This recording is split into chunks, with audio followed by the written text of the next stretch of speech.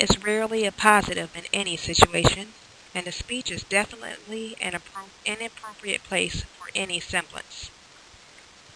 The exercise of critiquing the Toastmaster's speech was an excellent hands-on approach to illustrate what not to do. That demonstration allowed two important elements of public speaking to be brought to light quite efficiently.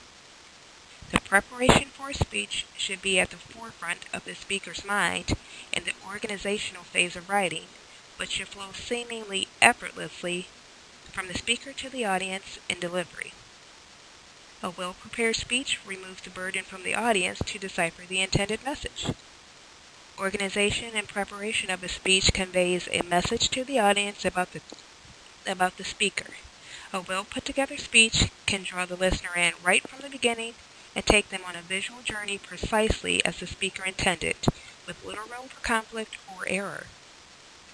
While some may believe that an interesting topic will suffice to carry the presentation and keep the listener enthralled, this is not true.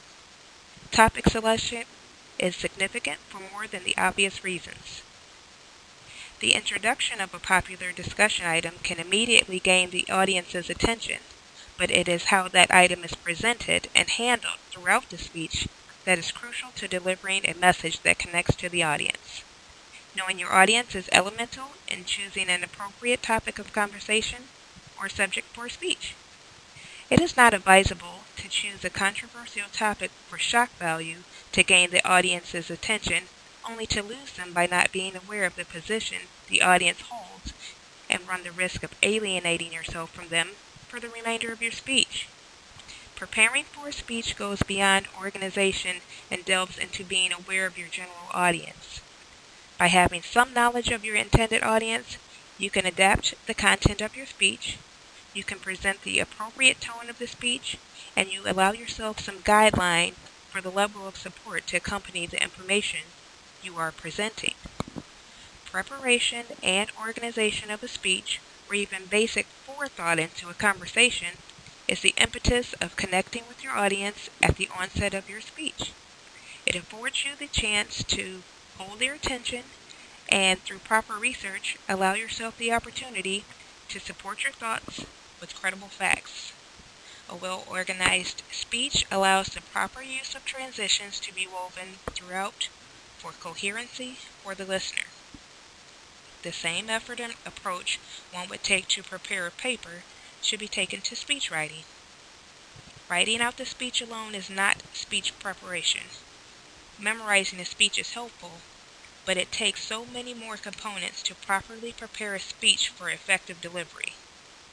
There are so many pitfalls in public speaking that it is akin to walking in a landmine of words that are laden with power to destroy even the best-intentioned speaker.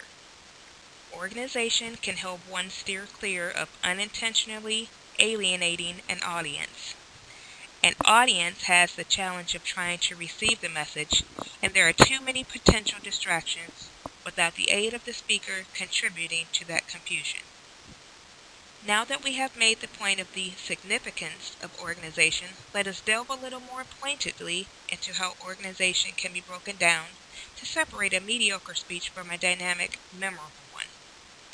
PhD and Professor of Speech Communications at Northern Kentucky University, Stephen Boyd advises that, quote, audience members respond well to structure, and your employees will overlook other weaknesses if your speech allows them to follow your material easily.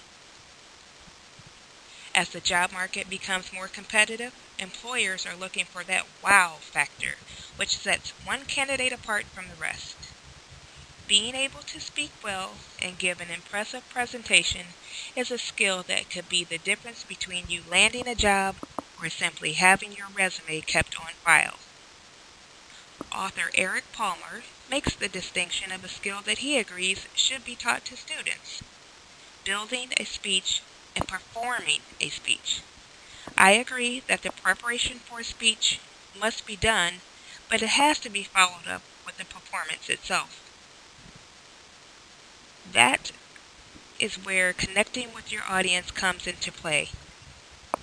You have to be able to grab their attention and make them be in the moment with you. You can only do that by having a relevant topic that will not be lost on the audience. You have to connect, and if you are not on their level, then you have to be prepared to bring them with you through your body language, word choice, content, imagery, and your tone. A good public speaker has to sometimes work to win the audience over. The audience should not have to do the work of trying to figure out what you are talking about and where you are going in the speech. Your job is the driver, and the audience should be along for an enjoyable and/or informational ride. You have a duty to do more than entertain in public speaking. You have to present yourself as credible by demonstrating that you have factual information to support your thoughts. Saying that public speaking is an art is not just a cliche. It takes practice, effort, and skill. There is always room for improvement, even by the greatest orators. No one speech will always have the same impact because the audience will always be different. That will be the true test of an orator, to be able to adjust accordingly to each new grouping of individuals. The test is in the ability to get the same message across and ignite the same response by changing the nuance of your presentation. Almost anyone with proper preparation can become an effective speaker by following basic rules like choosing the right topic, relating to your audience, being organized, and credible. All that can be done with some work through effective organization and preparation.